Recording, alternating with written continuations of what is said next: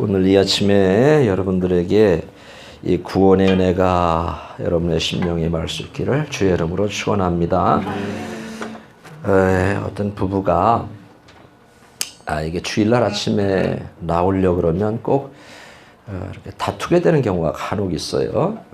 꼭 주일날 아침이 오면 더 심해집니다. 그래서 어떤 부부가 주일날 아침에 교회 가려고 하는데 좀 다퉜어요. 그래서 이제 아내가 속상하니까 아내는 안 가고 남편만 갔습니다. 남편만 갔는데 가서 이제 남편이 예배드리고 왔는데 아내한테 너무나 잘하는 거예요. 아내를 사랑하고 더 위하고 더 따뜻하게 하고 더 친절하게 하고 그래서 아내가 놀랬지 않겠어요? 그래서 다음날 목사님에게 감사 인사를 좀 드리기 위해서 목사님 설교를 듣고 남편이 달라졌기 때문에 그래서 과일 한 상자를 사서 목사님을 이제 사무실로 찾아갔습니다.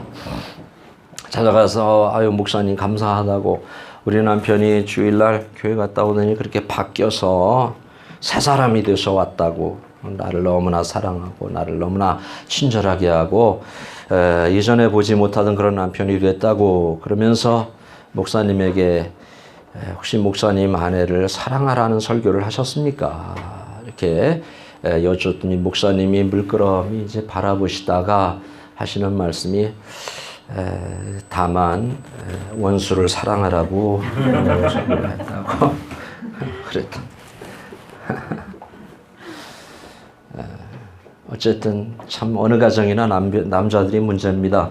저희 가정도 남자가 문제고 대부분의 가정을 보면 다 남자들이 문제입니다. 그래서 오죽하면 남편을 집에 두고 오면 근심덩어리 그리고 또 혼자 같이 나오면 짐덩어리 혼자 내보내면 걱정덩어리 그 남자예요. 같이 마주 앉아 있으면 왼수덩어리랍니다. 이게 남자입니다. 제가 뭐라 그랬어요? 화는 참고 웃음은 참으면 안 된다 그랬죠? 웃을 때는 이렇게 밝게 웃는 게 좋아요. 여러분, 인간이 70년을 산다고 할 때 웃는 시간이 얼마나 되는지 아세요? 누가 이게 조사를 했는데 70년을 기준을 해가지고 TV 보는데 한 7년 정도 걸린대요. 70년 동안에 TV 보는 시간이 7년. 물론 그보다 더 되는 사람도 있겠죠. 우리 교인 중에는 그런 사람이 없겠습니다만은 다른 교회 가면 교인들 그보다 더 되는 사람들도 있어요. 그리고 잠자는데 일하는데 잠자는 시간이고요. 잠자는데 한 23년 정도 걸린대요. 우리가 70년 살면서 잠자는 시간으로 23년을 다 쓰는 거고요. 그 다음에 양치질하고 옷 갈아입고 화장실 가서 앉아있는 시간이 약 몇 년이냐면 3년 반 정도 걸리고 그 다음에 인간이 살아가면서 아마 이 중에 누구는 화장실 가서 오래 있는 시간이 길어서 더 걸릴 거야. 한 6년쯤 걸리는 사람이 있을 것 같아요. 내가 누구라고는 말 안 하겠어요. 난 지금 눈치챘어요. 서로 눈길을 주고받으면서 이렇게 사인하는 거 보면서 그분이 화장실 가면 오래 앉아있구나. 내가 그런 생각했어요. 3년 반인데 그럼 우리가 화내는 시간은 얼마나 될까요? 70년 살면서 화내는 시간이 약 2년 정도 된답니다. 인간이 살면서.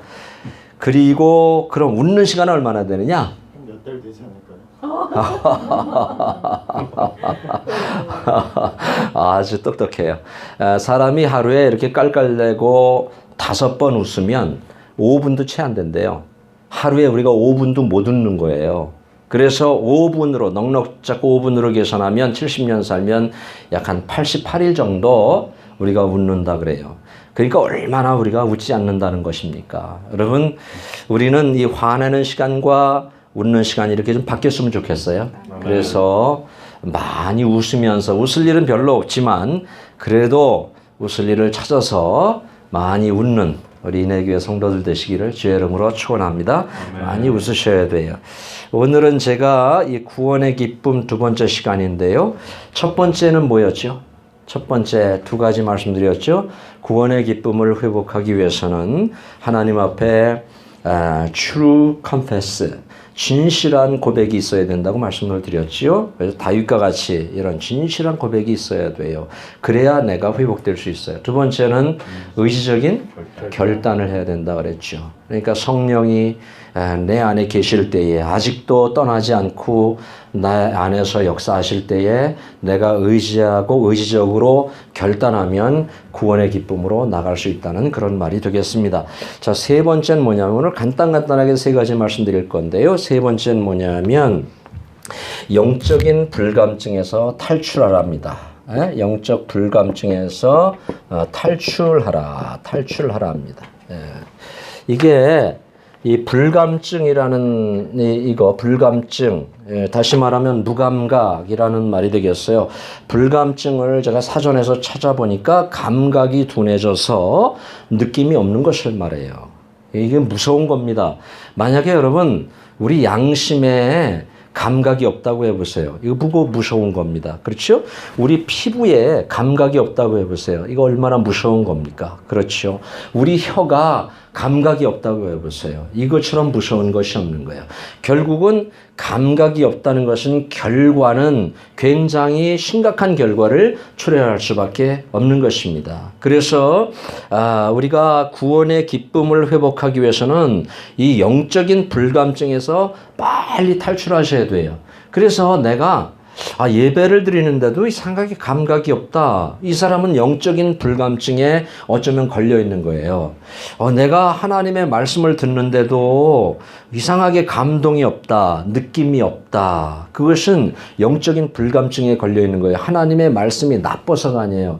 하나님의 말씀이 퀄리티가 떨어져서가 아니에요. 그것은 바로 내 심령이 지금 잘못되어 있는 것입니다. 그래서 이 영적인 불감증에서는 여러분 빨리 탈출하셔야 돼요.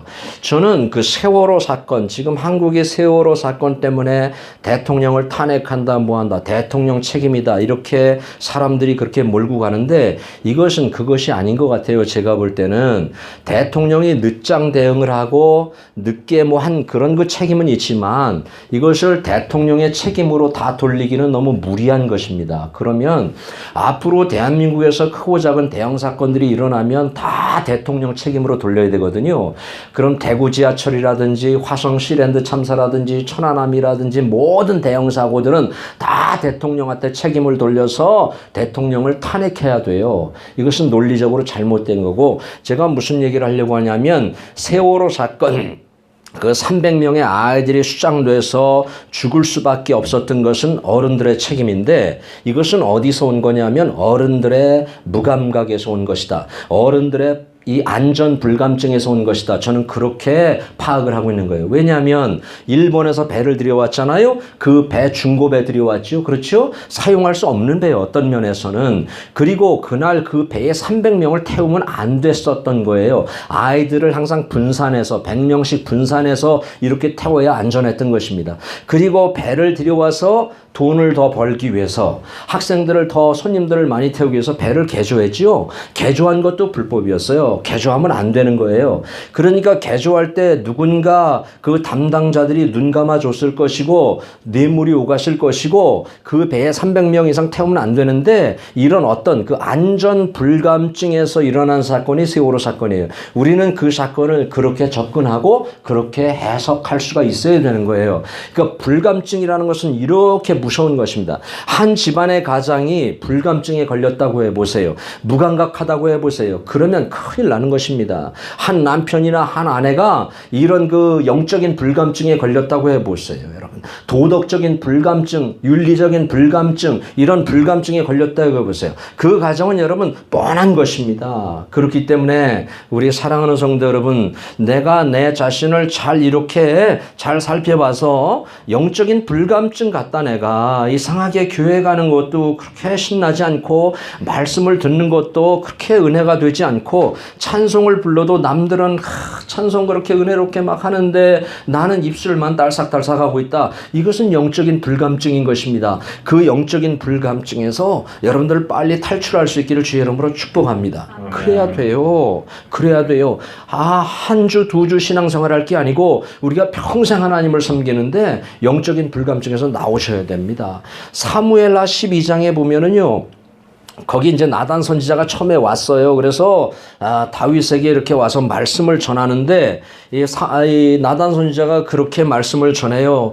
부잣집이 있는데 예를 들어서 설명합니다. 부잣집이 있는데 그 부잣집에는 양과 소가 굉장히 많고 모든 것이 다 풍성한 집입니다. 그러나 가난한 집이 하나 있는데 이 가난한 집에는 양 한 마리밖에 없습니다. 근데 이 양 한 마리는 그 사람에게 있어서 생명과 같은 것입니다. 그 사람에게 있어서 자식과 같은 것입니다. 성경에 그렇게 되어 있어요. 자기들과 함께 눕고 자기들과 함께 먹고 자기들과 함께 뒹구는 그런 아주 소중한 아주가 가치 있는 그 양 한 마리가 전부입니다 라고 말하면서, 그런데 부잣집에 손님이 왔는데 이 부잣집에서 자기 양, 자기 소를 잡지 않고 이 가난한 집에 와서 그 가난한 사람의 생명과 같이 여기는 그 양을, 가족과 같은 그 양을, 아주 소중한 그 양을 갖다가 요리해서 그 사람에게 대접을 했습니다.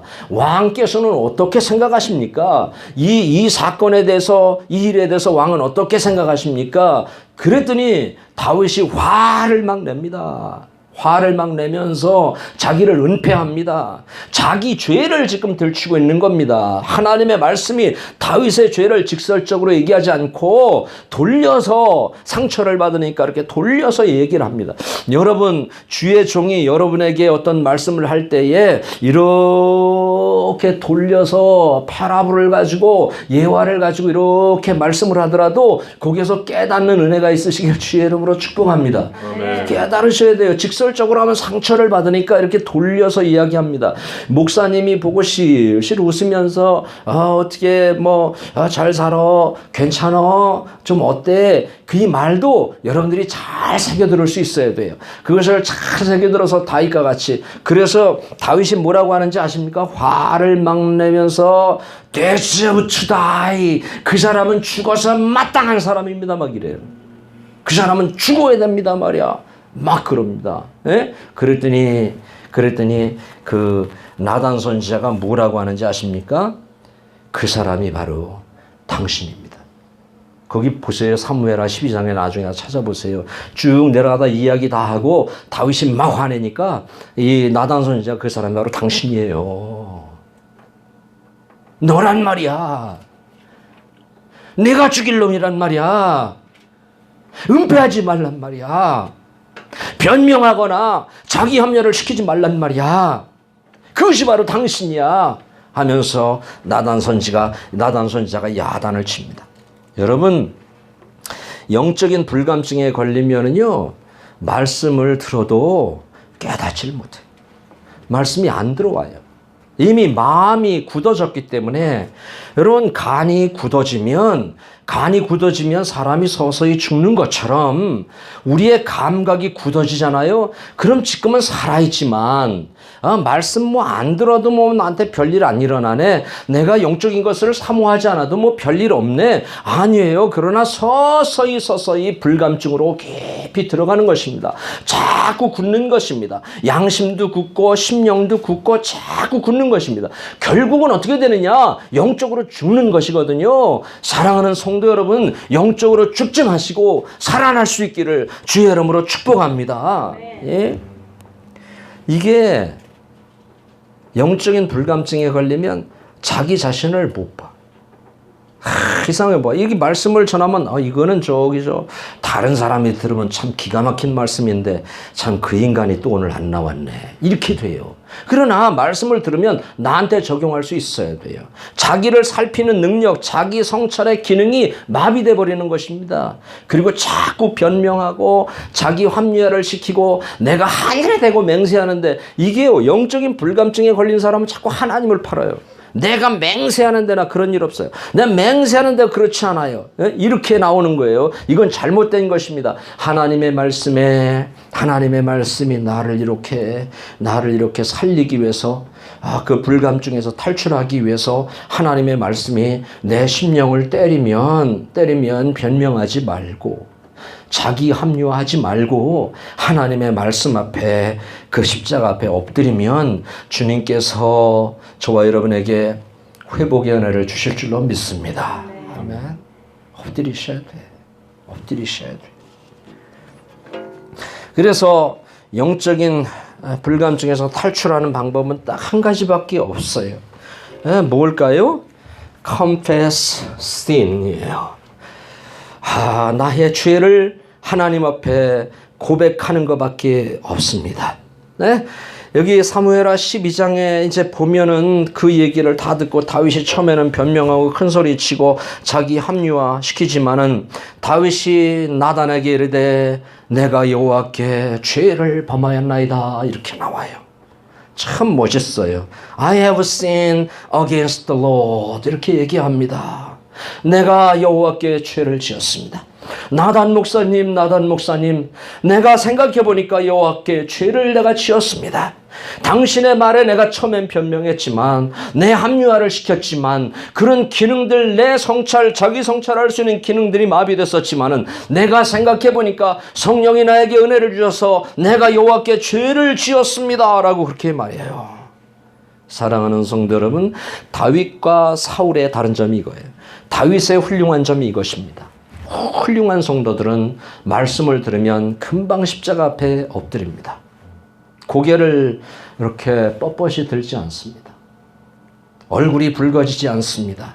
훌륭한 성도들은 바로 하나님 앞에 머리를 조아리게 되어 있어요. 사울은 안 그랬잖아요. 사울은 사무엘이 그 사울 왕의 죄를 지적할 때 얼굴이 빨개졌습니다. 속에서 열이 올라왔습니다. 속에서 화가 올라왔습니다. 속에서 분노가 올라왔습니다. 결국 사울은 하나님 앞에서 꺾임을 받고 마는 것입니다. 하나님 앞에 고개를 숙이면 하나님이 우리의 고개를 들게 해주실 줄로 믿습니다. 아멘. 하나님 앞에서 내가 자존심을 접고 하나님 앞에서 내가 머리를 조아리면 하나님께서 나를 세워주실 줄로 믿습니다. 아멘. 교만은 패망의 선봉이요 겸손은 존귀의 앞잡이니라 이렇게 말씀하고 있습니다. 사랑하는 성도 여러분, 죄를 고백하면 용서의 은혜가 우리에게 옵니다. 요한일서 1장 9절에 보니까요 이렇게 되어 있어요. 만일 우리가 우리 죄를 자백하면 confess하면 그는 미쁘시고 의로우사 우리 죄악을 사하실 것이요 모든 불의에서 우리를 깨끗게 하실 것이다 이렇게 말합니다. 그 뒤로 가면 8절에 보니까 만일 우리가 죄 없다고 하면 내가 죄 없다고 합리화하고 내가 죄 없다고 고개를 빳빳이 들고 내가 죄 없다고 큰 소리를 치고 하늘에 맹세하면 우리는 스스로 속이는 자다. 그러면서 그 속에 진리가 있지 아니하니라. 뭐가? 진리가. 진리는 하나님의 임재를 말하는 거예요. 예수 그리스도 자신을 말하는 거예요. 진리는 성령을 말하는 것입니다. 그 안에 너희 심령 속에 내가 죄가 없어요. 나는 떳떳해요. 나는 깨끗해요. 아무런 잘못도 안 했어요. 그러면 너는 스스로 속이는 사람이고 그리고 내 속에 진리가 있지 아니하니라 이렇게 말하고 있습니다. 시편 32편에 보니까 죄를 고백하지 아니하면 괴로워요. 이 단계도 아는 사람은 다행인 거야. 그지? 죄를 고백하지 않아서 내가 괴롭다. 지금 괴롭다. 이 사람은 그래도 영적으로 회복될 가능성이 좀 있는 사람이에요. 그런데 모르는 사람들도 있어요. 몰라. 이것은 참 치료받기 어려워요. 그러나 32편에 보면 다윗이 이제 그 범죄했을 때 그 얘기를 또 하고 있는 거예요. 다윗이 뭐라고 하는지 알아요? 내가 토설치 아니할 때에 종일 신음함으로 여기서 다윗의 아픔을 볼 수 있어요. 내가 토설치 아니할 때 내가 종일 신음함으로 내 뼈가 여름 가뭄에 그 말라 비틀어진 그런 뼈같이 되었나이다. 비가 몇 년 안 와서 땅이 쩍쩍 갈라진 것처럼 내 심령이 그렇게 되었나이다. 아무것도 수용할 수 없고 아무것도 받아들일 수 없고 감동도 없고 느낌도 없는 그런 심령이 되었나이다.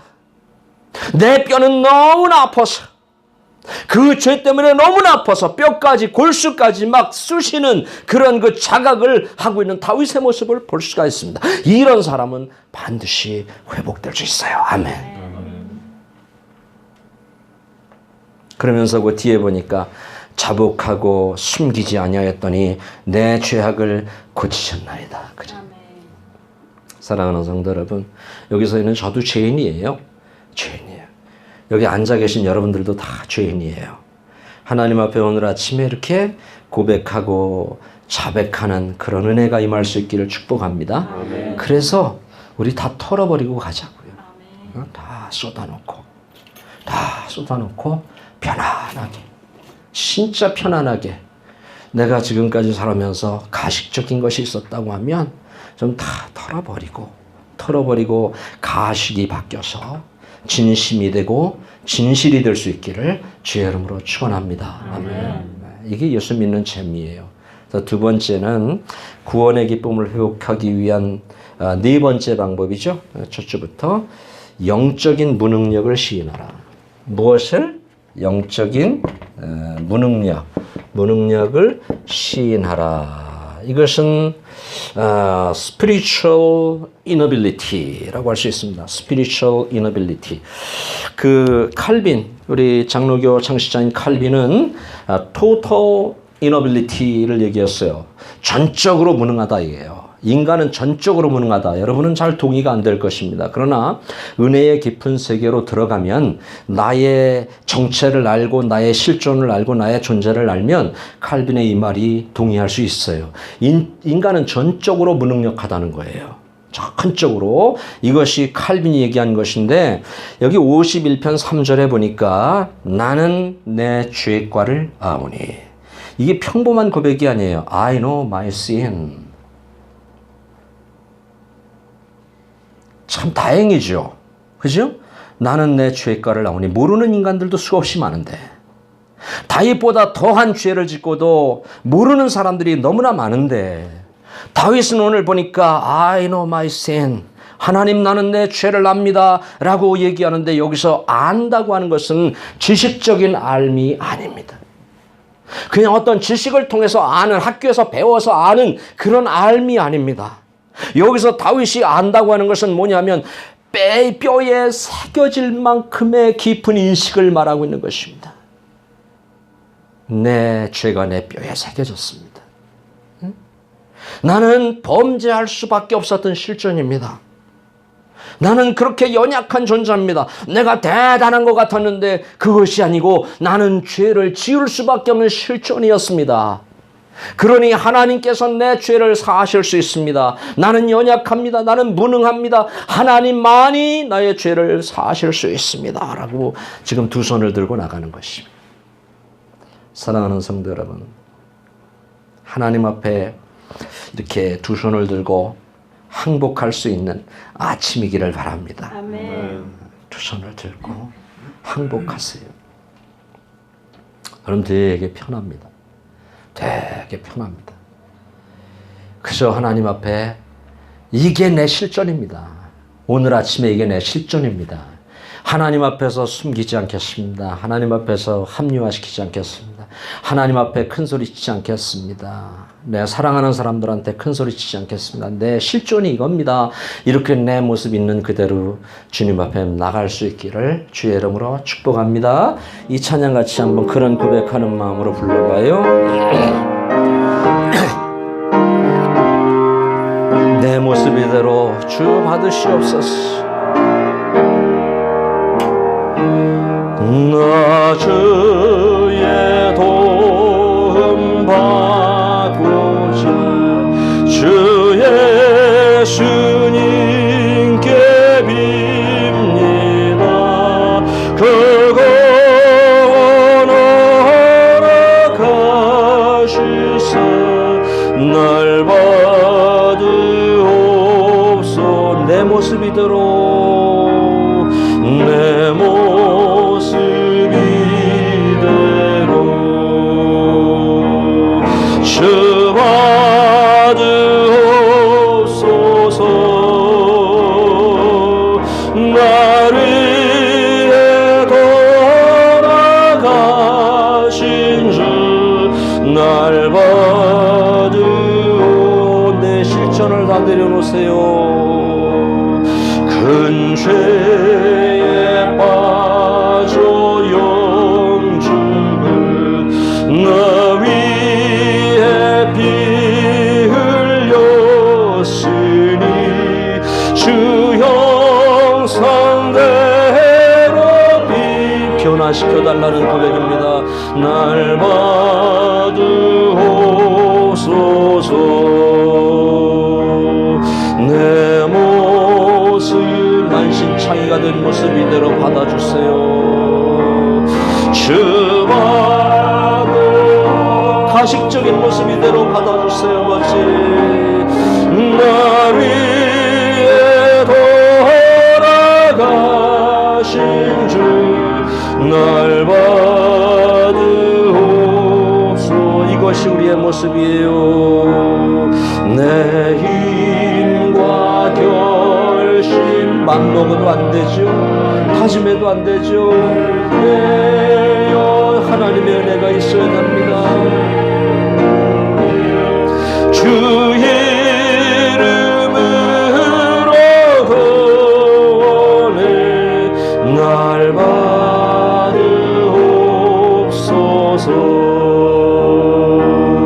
내 모습 이대로 아버지 주 받으옵소서. 날 위해 돌아가신 주 날 받으오. 내 주님 서신 발 앞에 엎드리시기 바랍니다. 내 주님 그 십자가 밑에 나 꿇어 엎드렸으니 그 크신 역사 이루게 날 받으옵소서. 내 모습 이대로 주 받으옵소서.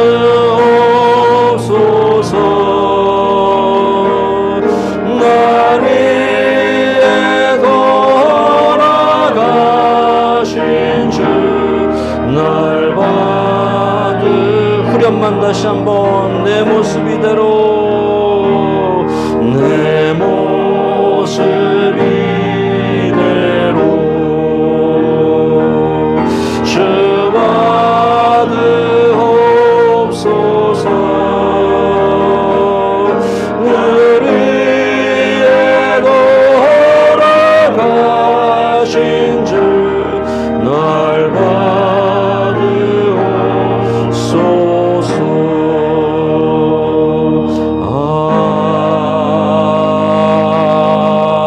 아멘. 찬양한 것과 같이 여러분의 있는 모습 그대로 연약하고 또 허물 많고 그 모습 그대로 주님 앞에 한번 나가볼 수 있기를 주의 이름으로 축원합니다. 꼭 나가보세요. 자, 마지막 5번째 구원의 기쁨을 회복하기 위한 방법은 뭐냐면 성령과 함께 하심입니다. 성령과 함께 하심, Holy Spirit with me. 함께, 성령과 함께. 여기 보니까 다윗이 그럽니다. 주의 성신을 내게서 거두지 말아주세요. Take your Holy Spirit from me. 이것은요, 평범한 고백이 아닙니다. 제가 늘 성령의 기름 부음을 사모하라고 그러고 성령의 기름 부음을 기도하라고 그러죠. 이것은 정말 귀중한 것입니다. 여기 주의 성신을 내게서 거두지 말라는 것은 구약의 성도들은, 구약의 사람들은 주의 성신이 하나님의 임재로 이해를 했어요. 하나님의 기름 부음으로 이해를 했어요. 그러니까 주의 성신을 걷어간다는 것은 주의 임재에서 내가 떠난다는 것이에요. 주의 기름 부음이 나에게서 없어진다고 하는 것은 하나님과의 그 펠로십이 중단된다는 이야기예요. 그래서 다윗은 주의 성신을 거두지 말아달라고 이야기하는 것입니다. 그리고 다윗이 간절할 수밖에 없었던 이유는 그가 목격한 것이 있기 때문에 그래요. 이스라엘의 초대왕 사울에게 하나님께서 기름을 부어서 그를 왕으로 삼았을 때 잘 나갔습니다.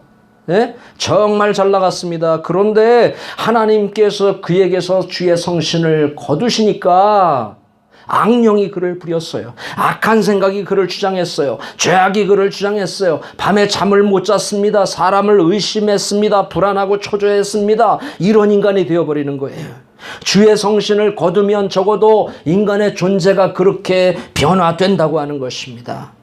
그래서요, 여러분, 다윗에게 있어서 성령은 어떤 분이냐 하면 초라한 목동을 왕으로 만들어주신 영으로 생각하는 거예요.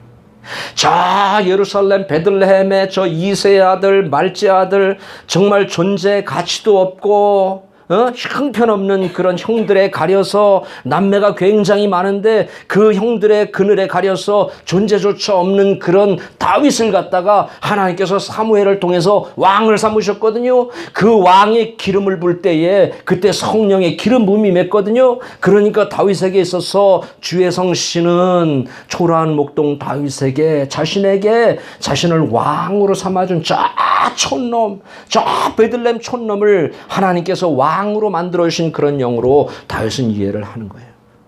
주의 성령이 떠나면 자기 인생이 비참해지는 것을 그는 알았던 것이죠. 주의 성령이 떠나면 사울처럼 된다고 하는 것을 알았던 것입니다. 사랑하는 성도 여러분, 항상 주의 영으로 충만하시기를 축복합니다.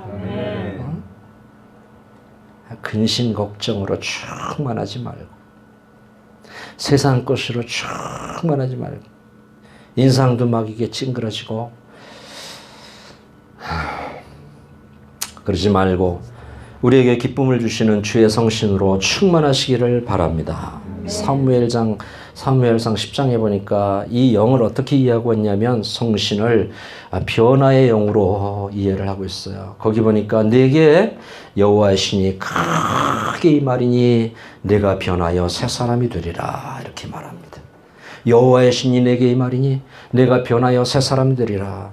Holy Spirit of the will come upon you. 그러면서 you will be changed different person.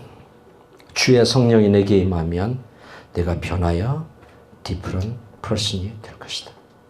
지금과 같지 않을 것이다. 너는 지금과 같을 것이라고 생각하느냐? 내 인생이 지금과 똑같을 거라고 생각하느냐? 그렇지 않다. 주의 성령이 임하면 너는 반드시 변화될 것이다. 아멘. 제 삶도 그랬으니까. 20대 때의 삶, 그때의 삶과 지금의 삶은 또 다르니까요. 변화되었으니까요. 그리고 다윗이 보는 성령은 동행의 영, 보호의 영, 도움의 영으로 이해를 하는 것입니다. 예수님께서 성령을 보내신다고 말씀하셨을 때 신약으로 넘어와서 내가 너희를 고아와 같이 버려두지 않기 위해서 주의 성령을 보내실 것이다. 그러니까 여기서 성신을 거두지 말라는 것은 나를 고아와 같이 버려두지 말라는 것입니다. 주의 성령을 걷어가는 것은 나에게 있어서 엄마를 뺏어가는 것과 같다는 것입니다. 우리 어머니 그 전에 우리가 속썩이고 아버지하고 관계가 안 좋고 싸움하고 그러신 날은 우리가 아버지 편을 들으면 자녀들이 아버지 편을 들으면 야 이놈들아 너희들은 내가 없으면 개밥의 도토리다 이놈들아 이런 말을 가끔 하셨어요. 지금도 기억나요. 우리 어머님이 이놈아 너희들은 내가 없어봐라 이놈아 개밥의 도토리다 이놈 자식들아 이러면서 에이고 참 응? 다윗이 그렇게 생각하고 있는 거예요. 지금 성령이 없으면 개밥의 도토리가 된다는 거예요. 아무것도 아닌 존재가 된다는 거예요. 그래서 성령을 걷어가지 말라는 것입니다. 사랑하는 여러분, 결론입니다. 살다 보면 죄를 지을 수 있어요. 지을 수 있습니다. 완벽한 퍼펙션 라이프를 살 수 없어요. 다 죄를 져요. 우리 인간이고 연약한 걸 다 알아요. 다윗도 알고 아까 찬양하면서 다 알잖아요. 이 찬양을 지었던 옛날에 17세기 18세기에 지었던 이 찬양들 그 사람들 다 이거 체험한 거예요. 인간이 연약하다는 거 죄를 지을 수밖에 없다는 거 그 십자가 앞에 그냥 내 모습 있는 그대로 나가야 된다는 거 다 알기 때문에 이런 찬양을 지은 거예요. 죄를 지을 수 있어요. 예수님의 제자, 수제자 베드로도 예수님을 3번씩이나 부인하잖아요.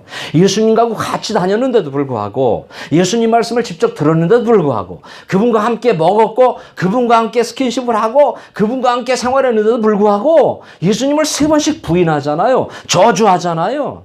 그렇잖아요? 예? 다윗은 말이요, 그 왕이, 이 영의 사람이라는 사람이 남의 여자를 취해가지고 아기까지 낳잖아요. 그리고 물론 은폐하고 우리아를 전쟁터에 보내서 죽입니다마는, 예? 다 죄를 져요. 성군도 죄를 져요. 여기 있는 이재덕 목사도 죄를 져요. 여러분도 죄 지을 수 있어요. 다 지을 수 있어요. 그렇지만 방귀 낀 놈이 성 낸다는 말 있죠. 방귀 껴놓고 성은 내지 말라는 거예요.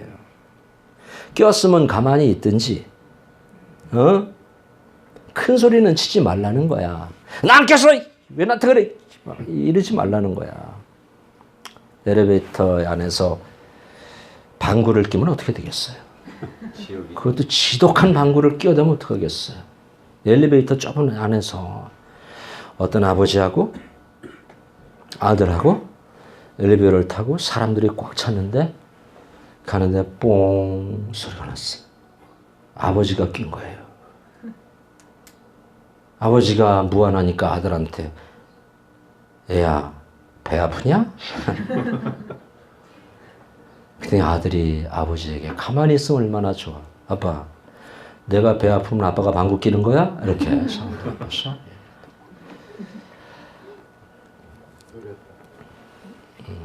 이런 아빠가 되면 안 되겠지, 그렇지?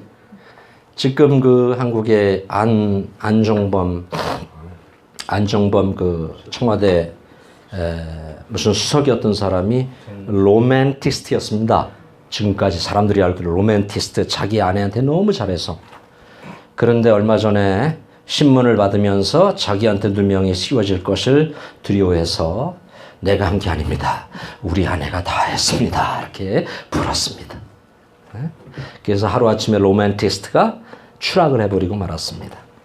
변명은 안 좋아요. 핑계 안 좋아요.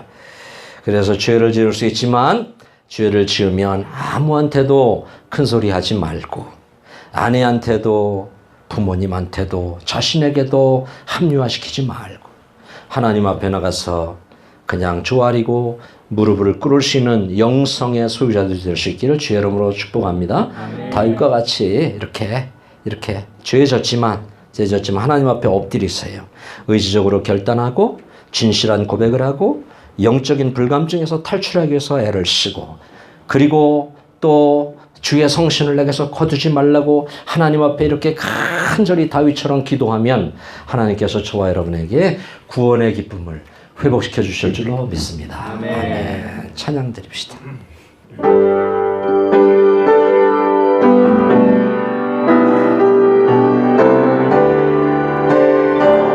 말씀 생각하면서 불러요. 성령이여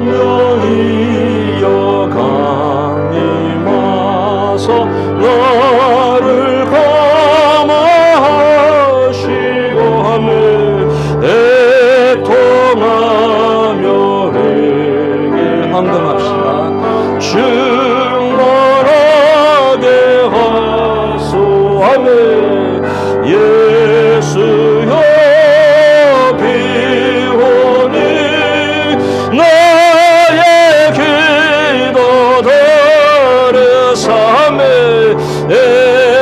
애통하며 회개할마 충만하게 하 성령이여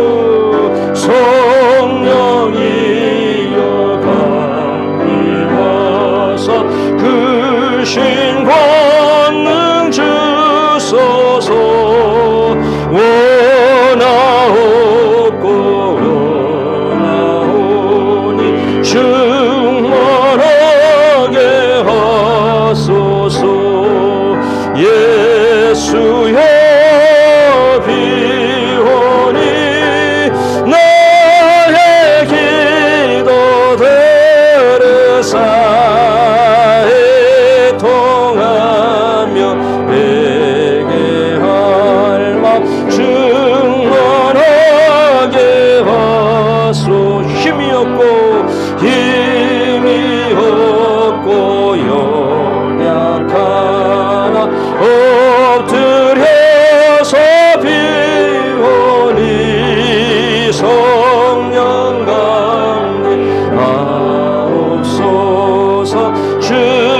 충만하게 하소하며 예수여 비오니 나의 기도 들으사 애통하며 회개하옵시 충만하게 하소서 정쾌하고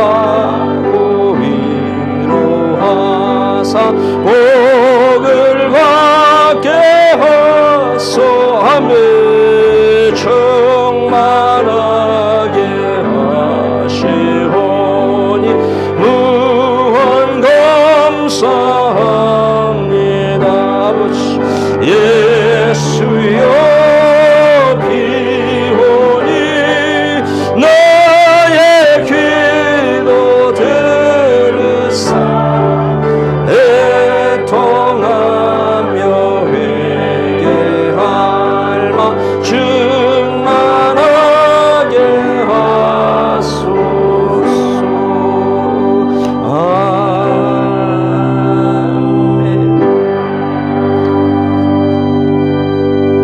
하나님 아버지, 우리는 힘이 없고 연약한 실존입니다. 죄를 지을 수밖에 없고 때로는 좌절 가운데 깊은 수렁 가운데 빠져서 헤맬 때도 있습니다. 그러나 그 자리에서 망해버리지 않게 도와주시고 다시금 여호와의 신인에게 말이니 내가 변하여 새 사람이 되리라 말씀하신 것처럼 성령의 힘을 덧입어서 다시금 회복되는 저희들 되게 하여 주옵소서. 아멘. 하나님 앞에 그냥 무작정 엎드리고 내 죄를 내가 아오니 하나님 뼈에 사무치는 자각을 하고 주 앞에 고백할 수 있는 저희들이 되게 하여 주시옵소서. 축복하며 예수님의 이름으로 기도하옵나이다. 아멘.